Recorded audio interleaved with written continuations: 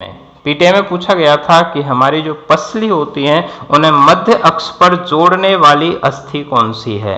तो अपना medial axis ले लिया जाए, क्योंकि हमें यदि बीच में से यूं काट दें तो हमारे शरीर के दोनों बराबर भाग बनेंगे। ऐसी जो सममिति होती है, सिमेट्री होती है, उसे द्विपार्श्व बाइलेटरल सिमेट्री कहते हैं। और द्विपार्श्व सममिति यदि देखा जाए तो पसली 12 इधर 12 इधर 12 जोड़ी हो गई, और बीचों बीच में जोड़ने का काम जो संरचना करती है उसे क्या कहते हैं, स्टर्नम कहते हैं, और ओस्टिया चेस्ट बोन कहते हैं। इनमें से देखें तो अपन मान लेते हैं कि ये 1 2 3 4 ऐसे करके डैश, और जो लास्ट वाली होती हैं 11वीं और 12वीं, ये 11वीं और 12वीं पसली इस स्टर्नम से जुड़ी हुई नहीं होती। इसी कारण इन्हें प्लावी पसली के नाम से जाना जाता है। तो इन्हें प्लावी पसली कहते हैं। प्लावी पसलियों को ही बोलते हैं फ्लोटिंग या तैराकी पसली। तो तैराकी पसलियों की संख्या कितनी, 2 जोड़ी। तैराकी पसली कौन कौन सी हैं, 11वीं और 12वीं। टोटल पसली कितनी है, 12 जोड़ी। पसलियां मध्य अक्ष पर जोड़ने वाली संरचना क्या कहलाती है, स्टर्नम, और ओस्टिया चेस्ट बोन कहलाती है। यदि आपसे क्रमशः हड्डियों का सुमेलित पूछा जाए कि कौन सी अस्थि पैर में होती है, कौन सी हाथ में होती है, उनके बारे में मैं थोड़ा सा बता दूं कि हमारे हाथ की जो अस्थि है, वो हाथ की अस्थि में सबसे ऊपर हाथ में अस्थि में जो मेखला होती है उसे बोलते हैं अंश मेखला। कौन सी मेखला हो गई, अंश मेखला, जो कंधे के अंदर पाई जाती है, कंधे में पाई जाती है, कंधे में अंश मेखला। उसके नीचे की साइड में देखें तो इस जगह पर जो ये हड्डी है इसे बोलते हैं ह्यूमरस। कौन सी अस्थि हो गई है, ह्यूमरस। और ह्यूमरस के नीचे चलते हैं तो यहाँ पर हो जाती है रेडियस, और रेडियस ये अंगूठे की तरफ जाती है, और एक होती है अल्ना, ये अल्ना उंगलियों की तरफ, रेडियस अंगूठे की तरफ, ह्यूमरस बाजू के अंदर हो गई, और अंश मेखला कंधे के अंदर पाई जाती है। उसके बाद देखें तो हमें मिलते हैं कार्पल, कार्पल, मेटाकार्पल,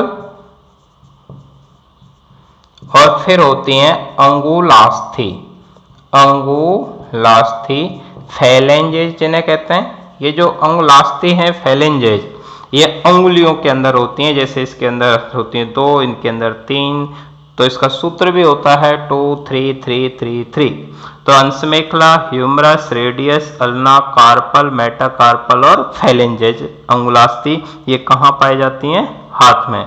जैसे सिंपल आपसे प्रश्न पूछा जाए कि कौन सी अस्थि है जो हाथ में नहीं पाई जाती, और यदि ऑप्शन दे दिया जाए कि रेडियस, ह्यूमरस, अल्ना, पटेला, तो पटेला नहीं पाई जाती, क्योंकि पटेला घुटने में पाई जाती है। तो इन हड्डियों के हल्का सा याद रखना पड़ेगा सामान्य परिचय के अंदर।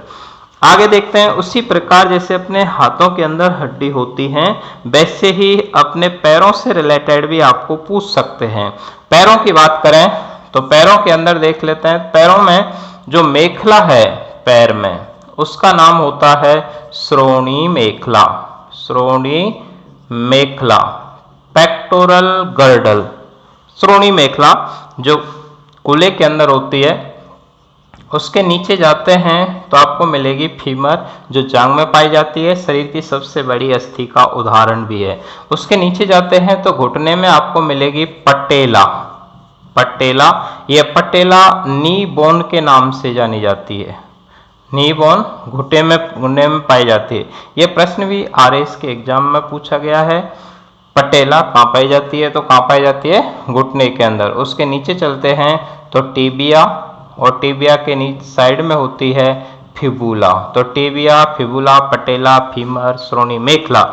जैसे यहाँ पर होते हैं हाथ के अंदर कार्पल, उसी प्रकार यहाँ पर होते हैं टार्सल। यहाँ पैर में क्या नाम देते हैं, टार्सल। यहाँ पर होता है मेटाकार्पल, यहाँ पर इन्हीं का नाम होता है मेटाटार्सल। जो यहाँ पर अंगुलास्थि फैलेंजेज हैं, यहाँ भी वही सेम अंगुलास्थि होती हैं। तो अपन ऐसे कह सकते हैं कि यहाँ हाथ में जब लगाते हैं तो हाथ में का लगा देते हैं, कार्पल, कर मतलब हाथ, और यहाँ टार्सल मतलब टांग से रिलेटेड है, इसलिए इसे याद रख लो कि ये टार्सल लगा हुआ मिलेगा। तो टार्सल, मेटाटार्सल, फेलेंजेज, फिबुला, टिबिया, पटेला।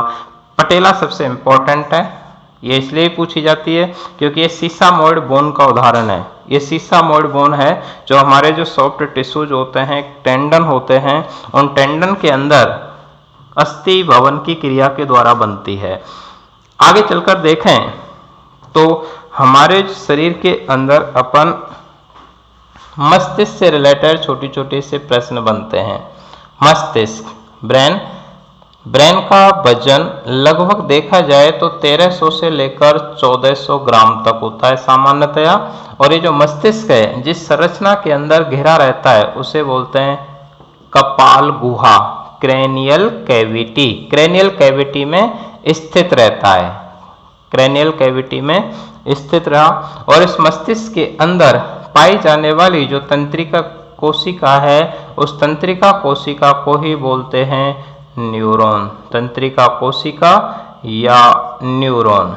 ये जो न्यूरॉन्स हैं ये हमारे शरीर की सबसे छोटी कोशिका भी है। तो तंत्रिका तंत्र का निर्माण करने वाली जो सबसे छोटी कोशिका होती है उसे तंत्रिका कोशिका या न्यूरॉन्स कहते हैं। ये मस्तिष्क के अंदर सबसे ज्यादा पाए जाते हैं। मस्तिष्क के चारों ओर पाई जाने वाली जो झिल्ली होती हैं, कौन होती हैं? झिल्ली, उन्हें बोलते हैं मेनिंजेज। क्या कहते हैं उनको? मेनिंजेज या मस्तिष्क आवरण। तो मस्तिष्क आवरण या मेनिंजेज मस्तिष्क के चारों ओर झिल्ली होती हैं। और मस्तिष्क के अंदर सुरक्षा के लिए देखें तो सुरक्षा के लिए 3 झिल्ली होती हैं। सबसे बाहर की तरफ जो झिल्ली है उसका नाम होता है ड्यूरामेटर। ड्यूरामेटर, ये ड्यूरामेटर मस्तिष्क के चारों ओर सबसे बाहर की तरफ स्थित झिल्ली का उदाहरण। दूसरी होती है एरेक्नोइड, एरेक्नोइड। और तीसरी होती है जो सबसे अंदर होती है वो है पाइयामेटर, पाइयामेटर। ऐसे करके तीन झिल्ली पाई जाती हैं, DAP। तो मस्तिष्क के चारों ओर सबसे बाहर कौन सी झिल्ली है? ड्यूरामेटर, उसके नीचे एरेक्नोइड, सबसे अंदर पाइयामेटर। ये जो एरेक्नोइड और पाइयामेटर है इसके बीच में एक तरल पदार्थ भी भरा रहता है।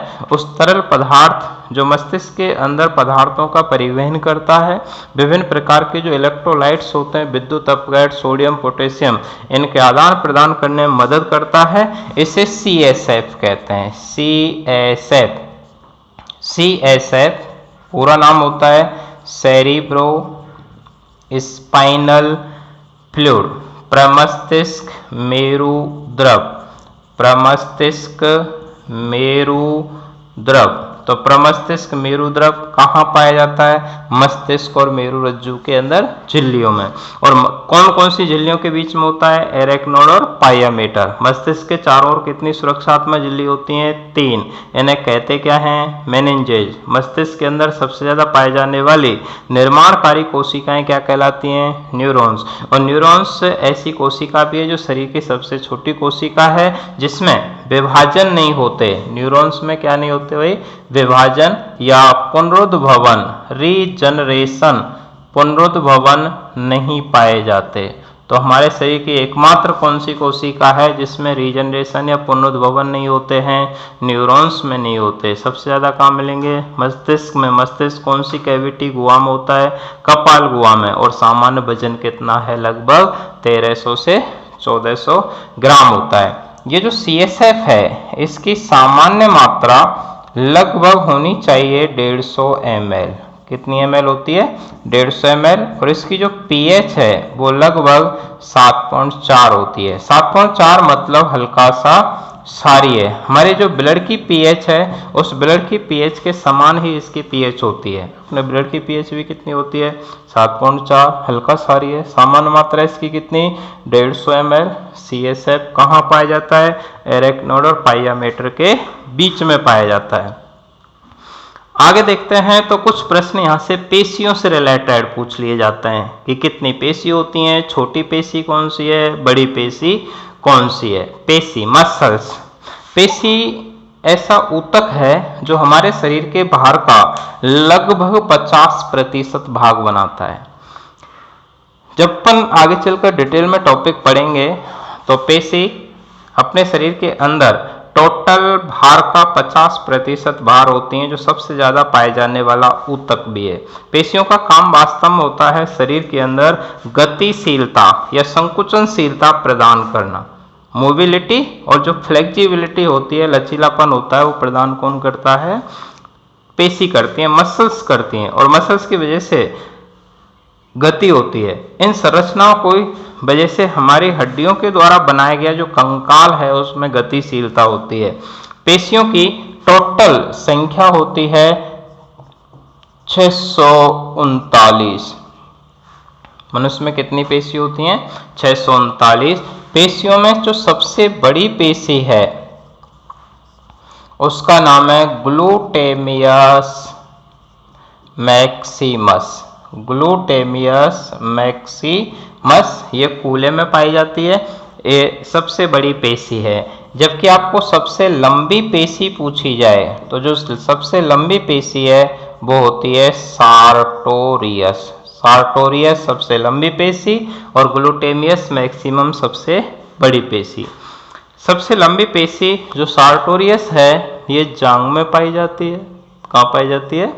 जांघ में। जबकि ये कहाँ पाई जाती है? कूल्हे में पाई जाती है। पेशियों का काम क्या है? गतिशीलता प्रदान करना, संकुचनशीलता प्रदान करना।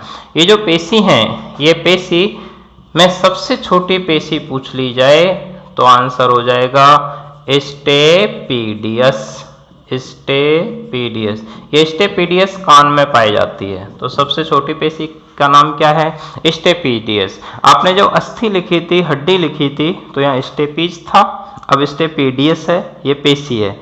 हड्डी हमारे शरीर का सबसे कठोर ऊतक है। हड्डी जो अस्थि होती हैं वो हमारे शरीर का सबसे कठोर ऊतक है। तो आपको यदि पूछा जाए कि कठोर ऊतक कौन सा है, तो हमारे शरीर का सबसे कठोर ऊतक होता है अस्थि, बोन्स। और इनमें कठोरता का कारण होता है कैल्शियम, क्योंकि इनमें कैल्शियम की जो मात्रा होती है वो लगभग 90% से भी ज्यादा होती है। जबकि आपसे पूछा जाए कि सबसे कठोर पदार्थ कौन सा है, तो मानव शरीर का सबसे कठोर पदार्थ होता है एनेमल। क्या होता है? एनेमल, जिसमें जो दांत पर पाया जाता है। कहाँ पाया जाता है? दांत में। एनेमल के अंदर लगभग 95-96% कैल्शियम साल्ट होते हैं, बाकी पानी की मात्रा सबसे कम होती है। नॉर्मली हमारे शरीर के अंदर कोशिका में पानी की मात्रा लगभग 75-80% पानी होता है, लेकिन एनिमल के अंदर मात्र 4-5% पानी होता है। इसमें ज्यादातर कैल्शियम लवण पाए जाते हैं, इसीलिए यह शरीर का सबसे कठोर पदार्थ है। जबकि सबसे कठोर ऊतक पूछा जाए तो आंसर क्या हो जाएगा? अस्थि। यदि सबसे कोमल ऊतक पूछा जाए, कोमल ऊतक, तो कोमल ऊतक हो जाएगा रक्त, ब्लड। ब्लड जो होता है वो हमारे शरीर का सबसे कोमल ऊतक है, और ब्लड वास्तव में तरल संयोजी ऊतक है। कैसे ऊतक का उदाहरण हो गए? तरल संयोजी ऊतक, लिक्विड कनेक्टिव टिश्यू। ये जो तरल संयोजी ऊतक है, संयोजी ऊतक ऐसे ऊतक होते हैं जिनके अंदर कुछ विशेष प्रकार की कोशिकाएं होती हैं। इनके अंदर मैट्रिक्स पाई जाती है, इनमें विभिन्न प्रकार के फाइबर्स होते हैं ध्यान। लेकिन ब्लड के अंदर चूंकि कोई फाइबर्स नहीं होते, इसलिए तरल अवस्था में पाया जाता है। और जो रक्त की सामान्य मात्रा होती है शरीर के अंदर, सामान्य मात्रा लगभग होती है 5 से 6 लीटर। शरीर में सामान्य मात्रा ब्लड की कितनी? 5 से 6 लीटर। या इसको यूं कह सकते हैं कि शरीर के भार का लगभग 7-8% भाग होता है। शरीर के भार का लगभग 7-8% भार होता है। तो आपको 2-3 प्रश्न मिले, जब पूछे कि कठोर ऊतक कौन सा है, तब तो आंसर क्या करें? अस्थि। ऊतक, टिश्यू। और ऊतकों का अध्ययन विज्ञान की जिस शाखा में किया जाता है उसे बोलते हैं हिस्टोलॉजी। क्या कहेंगे उसे? हिस्टोलॉजी। तो ऊतकों का अध्ययन क्या कहलाता है? हिस्टोलॉजी। ये ऊतक है क्या? तो ऊतक का मतलब होता है कोशिकाओं का समूह। कोशिकाओं का समूह जो होता है उसे ऊतक कहते हैं, लेकिन हर कोशिका के समूह को ऊतक नहीं कहा जाता। ऐसी कोशिकाओं के समूह ही ऊतक कहलाते हैं जो कि संरचना में, उत्पत्ति में और कार्य में, संरचना, उत्पत्ति और कार्य में समान होते हैं, उन्हें ऊतक कहते हैं। और ऊतकों का अध्ययन विज्ञान की जिस शाखा में किया जाता है उसे हिस्टोलॉजी कहा जाता है। तो शरीर का सबसे कठोर ऊतक कौन सा हो गया? अस्थि। और कठोर पदार्थ पूछने पर इनेमल कहाँ मिलेगा? ये दांत में। दांत में जो इनेमल है वो हमारे शरीर का कठोर पदार्थ है, जिसमें 96% से भी ज्यादा कैल्शियम लवण होता है। कैल्शियम फास्फोरस हो सकता है, कैल्शियम क्लोराइड हो सकता है, कार्बोनेट हो सकता है, कैल्शियम फ्लोराइड हो सकता है, ये सारे पाए जाते हैं। लेकिन पानी की मात्रा सबसे कम। नॉर्मली हमारे शरीर के अंदर कोशिका में पानी की मात्रा लगभग 75-80% होती है, लेकिन जब आपको कोमल ऊतक पूछा जाए तो आंसर ब्लड। और ब्लड कैसे ऊतक का उदाहरण है? तरल संयोजी ऊतक। तरल शब्द इसलिए क्योंकि इसकी जो मैट्रिक्स होती है, तरल पदार्थ होता है, उसके अंदर किसी भी प्रकार के फाइबर्स या तंतु नहीं पाए जाते। संयोजी ऊतक के अंदर सामान्यतः 3 प्रकार के तंतु होते हैं। एक रेशेदार, या यूं कहें कि कोलेजन फाइबर्स होते हैं जिनसे कठोरता होती है। दूसरे प्रत्यास्थ या इलास्टिन फाइबर्स होते हैं जिनसे लचीलापन होता है। और एक जालकीय तंतु होते हैं जो हमारी लसिका गांठों में पाए जाते हैं, लिम्फ नोड्स में पाए जाते हैं। लेकिन इस ब्लड के अंदर किसी भी प्रकार के कोई तीनों ही फाइबर्स नहीं पाए जाते, इसीलिए इसे आभासी संयोजी ऊतक भी कहा जाता है। और ब्लड की मात्रा सामान्यतः कितनी होती है? 5 से लेकर 6 लीटर, या शरीर के भार का लगभग 7-8%। ये जो ब्लड है, इस ब्लड के लाल रंग का कारण होता है हीमोग्लोबिन। तो हमारे शरीर के अंदर जो ब्लड है वो लाल किसकी वजह से होता है? हीमोग्लोबिन। और हीमोग्लोबिन जिस रक्त कणिका के अंदर होता है उन्हें बोलते हैं आरबीसी। कौन सी? आरबीसी। तो आरबीसी में हीमोग्लोबिन, और हीमोग्लोबिन की वजह से ब्लड का रंग कैसा है? लाल। और हीमोग्लोबिन के अंदर जो धातु पाई जाती है वो धातु है आयरन। और आयरन जिस स्टेज में होता है वो Fe+2 स्टेज होती है, और Fe+2 को बोलते हैं फेरस। 3-4 प्रश्न मिले कि हीमोग्लोबिन में कौन सी धातु? आयरन धातु। हीमोग्लोबिन किस अवस्था में पाया जाता है? Fe+2 या Fe+3? Fe+2। हीमोग्लोबिन किस में रहता है? आरबीसी में। और आरबीसी की वजह से ब्लड कैसा रहता है? लाल। और ब्लड कैसे ऊतक का उदाहरण है? तरल संयोजी ऊतक। तो ये जनरली इस प्रकार के प्रश्न जनरल साइंस में बनते हैं जो हर पेपर में पूछते जाते हैं। हीमोग्लोबिन का वास्तव में काम होता है ऑक्सीजन का परिवहन करना। हीमोग्लोबिन का काम क्या होता है? ऑक्सीजन का परिवहन करने का काम करता है। और यदि बाहर से देखा जाए तो हमारे शरीर के अंदर फिर कुछ ऐसे प्रोटीन्स होते हैं जो नॉर्मली शरीर में अलग अलग जगह पर ज़्यादा हैं। जैसे पूछा जाए कि हमारे जो बाल हैं या नाखून हैं, ये मृत संरचनाएं होती हैं, इनके अंदर केराटिन प्रोटीन पाई जाती है। कौन सी प्रोटीन? Keratin protein. तो बाल और नाखूनों के अंदर पाई जाने वाली प्रोटीन कौन सी है? Keratin protein. हमारे रक्त में सबसे ज्यादा पाई जाने वाली प्रोटीन, हमारे रक्त में सर्वाधिक पाई जाने वाली प्रोटीन पूछ ली जाए तब आंसर हो जाएगा एल्बुमिन। तो मानव शरीर में सबसे ज्यादा, रक्त में सबसे ज्यादा कौन सी प्रोटीन है? एल्बुमिन। और यदि रक्त ना देकर मानव शरीर पूछ लिए जाए, मानव शरीर में सर्वाधिक पाई जाने वाली प्रोटीन कौन सी है, तब आंसर चला जाएगा कोलेजन प्रोटीन। तो मानव शरीर में सबसे ज्यादा कोलेजन और मानव रक्त में सबसे ज्यादा एल्बुमिन। यही प्रश्न पूछा जाए कि पृथ्वी तल पर सबसे ज्यादा पाई जाने वाली प्रोटीन कौन सी है, तो पृथ्वी तल पर सबसे ज्यादा पाई जाती है रूबिस्को प्रोटीन। कौन सी प्रोटीन? रूबिस्को। ये पादपों के अंदर प्रकाश संश्लेषण से संबंधित होती है, अर्थात इससे रूबिस्को एंजाइम बनता है जो पादपों में प्रकाश संश्लेषण से रिलेटेड है। तो ऐसी सी बातें जनरल साइंस के अंदर आती हैं। ये इससे आगे की बातें अपन नेक्स्ट क्लास में करेंगे। ये जो अपन ने अभी जनरल इंट्रोडक्शन मानव शरीर का पढ़ा, अपन जब टॉपिक पढ़ेंगे तो इन्हें डिटेल में समझेंगे। हर तंत्र के बारे में अलग अलग अध्ययन किया जाएगा। बहुत बहुत धन्यवाद आपको कि आपने धैर्यपूर्वक सुना। Thank you.